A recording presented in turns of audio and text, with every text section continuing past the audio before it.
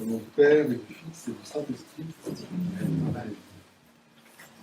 Par le récit que nous entendons ce dimanche, celui de la guérison d'une femme qui souffre d'hémorragie, celui de la résurrection d'un enfant de 12 ans, au chef de la synagogue, nous pouvons contempler, c'est la première pensée sans doute qui nous vient à l'esprit en entendant la sollicitude, la compassion, la miséricorde de Dieu pour l'homme et puis surtout sa disponibilité. Vous voyez, il est là, il a mis une foule autour de lui, il va guérir la femme qui le touche, il va accepter de suivre le chef de la synagogue jusqu'à chez lui pour guérir sa fille, elle va mourir en chemin, il va la ressusciter, mais il est là pour chacun, que ce soit une femme totalement inconnue, que ce soit un homme prestigieux, chef de la synagogue de la ville. Le Christ lui-même, individuellement, est là pour nous. Et nous le savons, parce que tous les ans, nous le répétons, bien sûr que c'est un fait qui a eu lieu, c'est un récit de quelque chose de réel, de vraies personnes, mais en même temps, il y a toujours le moyen de le projeter et d'en avoir une lecture sur différents plans. Et les pères nous ont dit que cette femme en hémorragie, âgée, elle représente l'humanité futée, l'humanité pécheresse, qui parle de la perte de sang, la perte de sa vitalité, est en train de mourir, est prise au péché, par le péché, et se meurt. Et elle est sauvée par sa foi, par la grâce du Christ, qui est là, par sa sollicitude, elle est guérie, cette humanité âgée, mourante, et nous allons de cette femme âgée qui souffre depuis 12 ans à cette petite fille qui, elle, a 12 ans, donc nous allons de la vieillesse à la jeunesse, dans cette procession du Christ à travers la ville, et ce qui montre comme ça cette régénération de l'homme, de l'humanité, de nous tous, et en fin de compte, surtout, une fois même guéri de la mort, et guéri de la maladie, et également guéri de la mort, c'est-à-dire ressuscité. Donc nous voyons l'œuvre du salut du Christ qui nous est retracée à travers cette action. Donc c'est une merveille de voir la bonté, la sollicitude et la disponibilité permanente de Dieu pour tout à chacun. Il suffit de toucher, d'effleurer la frange de son vêtement ou de s'adresser à lui pour qu'il nous prenne en pitié et qu'il nous donne sa grâce, qu'il nous donne la guérison, qu'il donne la résurrection et la vie dans le monde envoyé. Ça, c'est très très rassurant et c'est tout à fait touchant pour nous. Alors il y a un événement quand même qui est un peu étonnant, qui est un peu bouleversant, et tout de suite on voit qu'il quand même se passe quelque chose. Les apôtres eux-mêmes sont interloqués par cette première scène de la femme hémorroïste qui touche le manteau du Christ. Parce que cette scène, évidemment, le Christ aurait très bien pu la guérir, ne rien dire du tout, que tout ça reste caché, il n'y a absolument pas besoin de rendre ça public. Et s'il le rend public, c'est pour que ça nous soit répété par les évangélistes, et pour que nous ayons connaissance de ce qu'il a accompli, et pourquoi il l'a accompli, et que nous puissions commencer à connaître, à contempler la pensée de Dieu et son mode d'action, autrement dit ce qu'on appelle, avec un mot un peu compliqué, la théologie. Donc, on doit comprendre, on doit essayer de comprendre ce que le Christ fait. Et ce que le Christ fait, c'est une puissance, il constate en public, alors qu'il est pressé de toutes parts, donc il est impossible de voir qui fait quoi, qui touche qui, c'est quand même le chaos, on imagine assez la cohue, et il va souligner que quelqu'un l'a touché.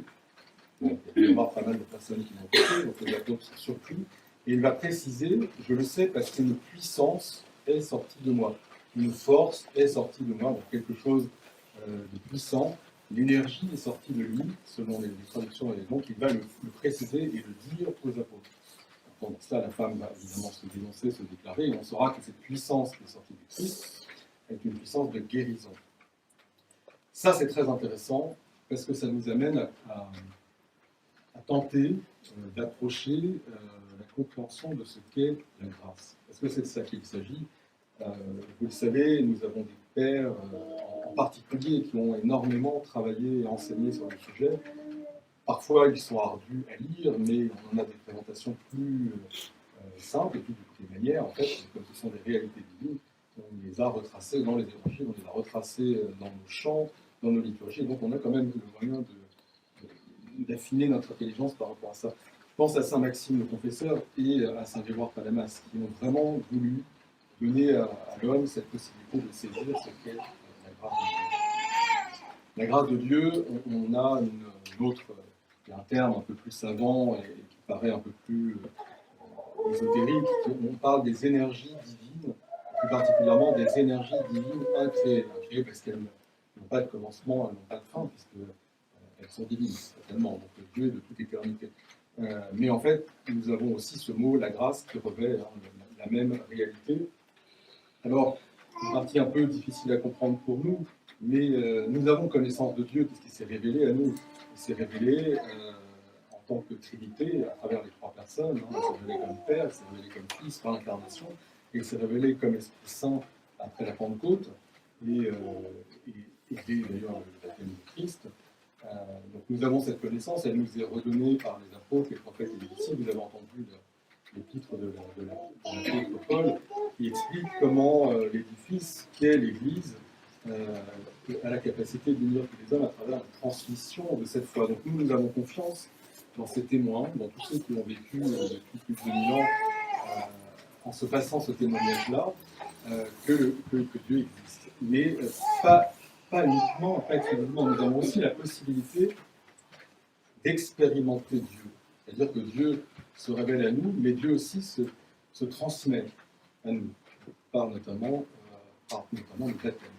Et comment se transmet-il à nous?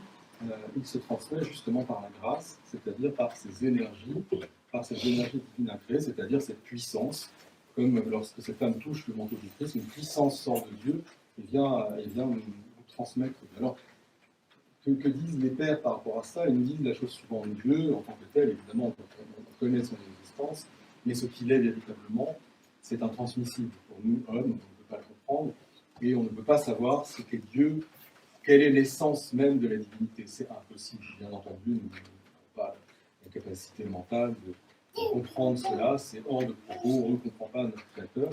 On ne peut pas atteindre à cette connaissance-là, mais Dieu se communique quand même totalement à nous pour nous déifier, puisque Dieu a été jusqu'à devenir homme pour que nous devenions Dieu. Donc, nous devenons Dieu par la grâce, c'est-à-dire par participation à Dieu, mais nous ne pouvons pas participer à cette essence de Dieu que nous ne connaissons pas, qui nous constitue de manière absolue, mais nous participons à ces énergies, c'est-à-dire à ce Dieu en action, à cette grâce qui sort de lui. Mais cette grâce, on nous dit, elle contient la totalité de la divinité. C'est vrai que ça devient difficile à comprendre. Donc on participe quand même à Dieu tout entier, mais on ne sait pas ce qu'il est dans le fond, et on n'atteindra pas ce qu'il est lui-même, on atteindra ce qu'il est, mais par la grâce. C'est-à-dire, un peu comme le dit saint Paul par rapport aux Hébreux, un peu comme si on était greffé, quelque part.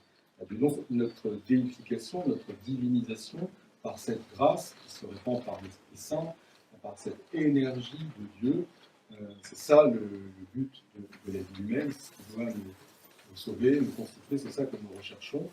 Et c'est ainsi que les pères nous présentent. Et un petit peu, on pourrait dire, c'est ce qui explique ce qui va se passer lors de la transfiguration. On voit ces énergies sortir. On voit le Christ rayonner. Et d'ailleurs, les mêmes apôtres sont présents là, toujours la triade, de Pierre, de Jacques et de Jean. Et ce que nous voyons aujourd'hui, c'est-à-dire lorsque le manteau est touché, qu'une puissance sort du Christ, là aussi, c'est la grâce. Alors, ça, c'est quand même quelque chose pour nous d'extrêmement motivant, parce que nous voyons de manière concrète quelle peut être notre relation à Dieu. Nous allons croire à Dieu parce qu'on nous révèle son existence, et nous allons croire à Dieu parce que nous allons l'expérimenter par sa grâce. Nous allons tenter nous-mêmes, de nos propres moyens, de toucher, d'effleurer le manteau du Christ. Alors, et comment tout ça peut se passer pour nous? Parce qu'évidemment, nous ne vivons pas il y a 2000 ans, nous n'avons pas croisé le Christ dans les rues de Jérusalem, nous n'avons pas nous trouvé dans une bousculade à essayer de toucher son vêtement, nous n'avons pas pouvoir l'interpeller pour qu'il vienne guérir notre enfant malade. Ça ne va pas être possible, bien sûr. Alors comment fait-on dans ce cas-là? C'est quand même toujours toute la question qui se pose quand nous entendons nos écritures saintes. Et qu'est-ce qu'on en fait aujourd'hui? Comment ça peut s'appliquer? On bien, où est l'endroit où la grâce peut se trouver? Nous avons un indice dans cette histoire, et aussi dans l'épître, que nous avons entendu, évidemment, la grâce, parce que l'Esprit Saint du Père repose sur le Christ, sur le Fils. La grâce se trouve automatiquement dans le Christ. c'est le Christ qui est porteur de la grâce, nous sommes d'accord. Et qu'est-ce que l'on peut considérer aujourd'hui comme étant le Christ, comme étant le corps du Christ pour nous? Eh bien, nous le savons depuis notre baptême et nous l'avons réentendu, ce n'est pas du tout un hasard dans l'épître de ce jour, c'est l'Église. L'Église, c'est cet édifice qui se construit sur ces fondations que sont les évangélistes, les apôtres, les prophètes et les martyrs, c'est-à-dire ceux qui nous transmettent la foi, ce qu'ils ont vu, ces témoignages que nous entendons aujourd'hui, sinon nous ne saurions rien de tout ça, donc qui nous amènent à croire en l'existence de la très sainte Trinité et de notre salut. Cela constitue un édifice qui va venir s'enrichir de toutes ces générations de saints, de martyrs, de la liturgie, de tous les offices et de l'action des mystères très saints que nous y célébrons. Donc, comme nous l'avons appris, le corps mystique du Christ, c'est l'Église qui est constituée de tous les baptisés à travers tous les temps. Et nous appartenons à ce corps mystique. Ce qui constitue ce corps mystique, comme il est le Christ, et bien c'est comme dans les récits que nous entendons là, il est porteur de l'Esprit Saint, et donc il est porteur de cette grâce, de ces énergies divines à créer. Donc c'est dans l'Église, je ne dis pas qu'ailleurs Dieu ne pas sa grâce, certainement que si, mais nous, ce que nous savons, ce dont nous sommes sûrs, c'est qu'on peut trouver la grâce dans l'Église. Donc dans ce corps du Christ, la grâce, elle circule. Et donc nous allons pouvoir y accéder et obtenir ce que ces gens physiquement ont pu obtenir réellement du Christ. Et comment? Alors bien sûr, c'est possible parce que ces énergies entrent en nous par les saints baptêmes, qu'elles sont scellées par la sainte initiation et que nous les renouvelons par la communion, par d'autres mystères. Et d'ailleurs, regardez, c'est très, très intéressant, chaque mystère est basé sur quelque chose de réel, c'est-à-dire quelque chose que le Christ a fait, a accompli, a vécu. Le baptême, c'est le baptême du Christ, et c'est aussi son ensevelissement et sa résurrection. La chrismation, c'est la Pentecôte, la descente de l'Esprit Saint, alors au Sénat, et également au jour de la Pentecôte sur les apôtres. Nous avons la guérison des malades, le sacrement de la guérison des malades, qui représente ce qui s'est passé, que le Christ raconte avec le bon samaritain.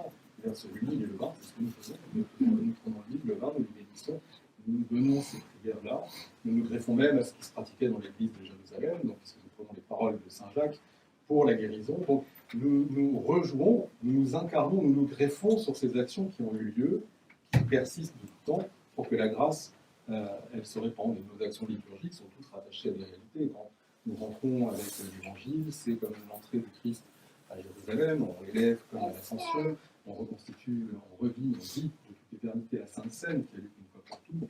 Donc nous nous greffons toujours à ces actions du Christ, et donc le canal de la transmission de la grâce pour nous, ce sont les saints mystères, ce sont les saints sacrements. C'est par ce biais privilégié que la grâce est communiquée à nous, et vous avez compris pour quelle raison. Parce qu'elle vient du Christ, elle émane du Christ, et que nous greffons à des événements réels qui ont eu lieu de la vie du Christ. Donc voilà comment nous vivons ça, et comment nous pouvons recevoir nous-mêmes la grâce, ce qui est quand même extrêmement motivant, et qui nous fait entrer dans une vie mystique, on peut dire, dans une vie réelle de relation les uns avec les autres et avec Dieu. Et vous savez que pratiquement ce qui nous constitue en tant qu'Église, c'est aussi ce terme qui nous est accolé, l'orthodoxie. Qu'est-ce que ça veut dire, l'orthodoxie? Ça veut dire que l'on sait rendre grâce de manière droite, de manière digne, autrement dit. Toute cette grâce que nous recevons continuellement, qui ruisselle sur nous comme la pluie dehors, là, et que nous recevons tout le temps, qui circule dans ce corps que nous composons, qui est l'Église, qui est le corps du Christ, eh bien nous savons la rendre à Dieu en la faisant circuler, en lui disant merci, en lui disant gloire à toi Seigneur, béni sois-tu pour avoir guéri mon péché, pour avoir guéri mon hémorragie, béni sois-tu pour avoir ressuscité ma fille, béni sois-tu pour toutes sortes de choses. Donc la grâce circule, elle revient à Dieu, elle redescend sur nous.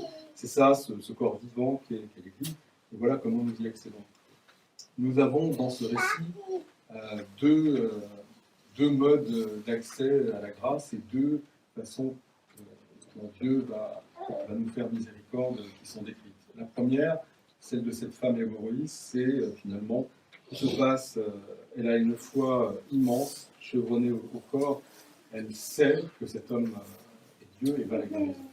Et elle va en toute discrétion, en toute humilité, dans le silence de son être, de son cœur, s'approcher, et elle n'osera pas lui demander quoi que ce soit, elle n'osera rien faire d'autre que juste effleurer son vêtement, c'est suffisant pour elle, ça va suffire.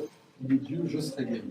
Et dans ce silence-là, de dialogue qu'elle a dans son cœur avec Dieu, elle reçoit la grâce, elle reçoit la guérison. Donc, ça, c'est une des manières possibles pour nous de savoir comment nous accédons à la grâce dans notre fort intérieur, dans le silence, dans cette humilité où nous ne pouvons pas dire même ce que nous avons fait, la prière que nous avons réalisée, en nous sentant tout indignes.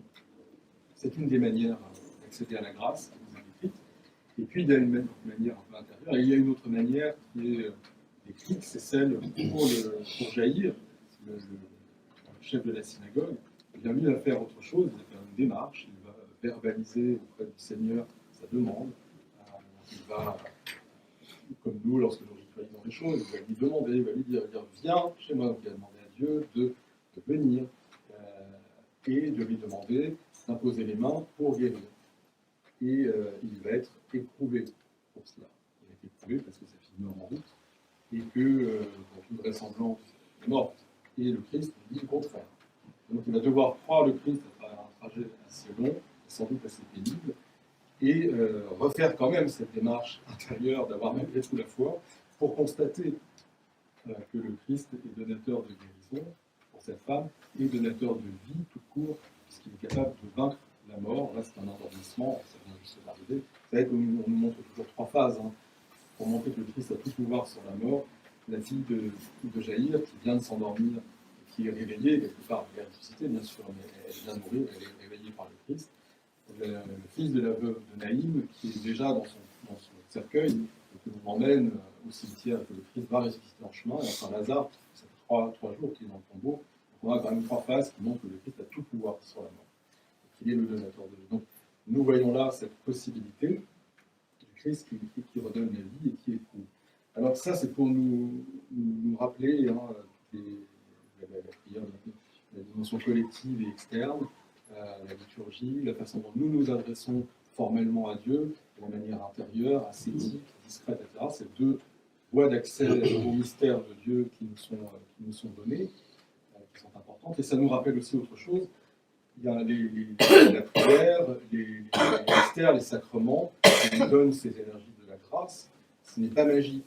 Ce n'est pas magique parce que Dieu a voulu notre absolue liberté. Et notre absolue liberté, elle implique que nous aussi mettions en œuvre nos propres énergies. Dieu nous inonde tout le temps de sa grâce, en fin de compte, mais il veut notre totale participation, il veut des preuves de notre désir, de notre énergie, de notre action, de notre amour. Il veut que nous soyons totalement ouverts à cela pour que le miracle puisse arriver, la guérison, la résurrection. Vous connaissez bien cela, c'est ce qu'on appelle la synergie. Dieu fait partie du chemin, nous faisons une partie du chemin et nous rencontrons.